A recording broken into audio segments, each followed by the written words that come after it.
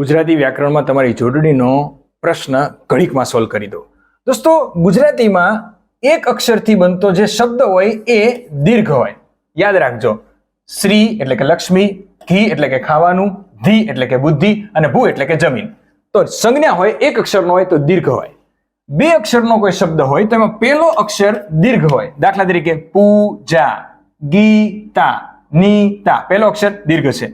બે અક્ષરનો હોય અને બંને ઈ આકાર લેતા હોય તો પ્રથમ દીર્ઘ અને બીજો રસ્વ. નીતિ, પ્રીતિ, કીર્તિ, તો પહેલો અક્ષર દીર્ઘ, બીજો રસ્વ. અને જો ત્રણ અક્ષરનો શબ્દ હોય તો કેમ લખવો શીખવાડું છું. દોસ્તો, કૂતરું લખવું હોય તો પહેલા લખી નાખવાનું ક ત ર. વચ્ચેનો અક્ષર કેવો છે? લઘુ, તો આગળનો દીર્ઘ કરો અને હંમેશા રૂ રસ્વ હોય. બિલાડુમાં આ દીર્ઘ અક્ષર છે તો આ રસ એટલે કે લઘુ હોવો જોઈએ. બી લા ડુ. ગમે હોય તો જલ્દીથી શેર કરો.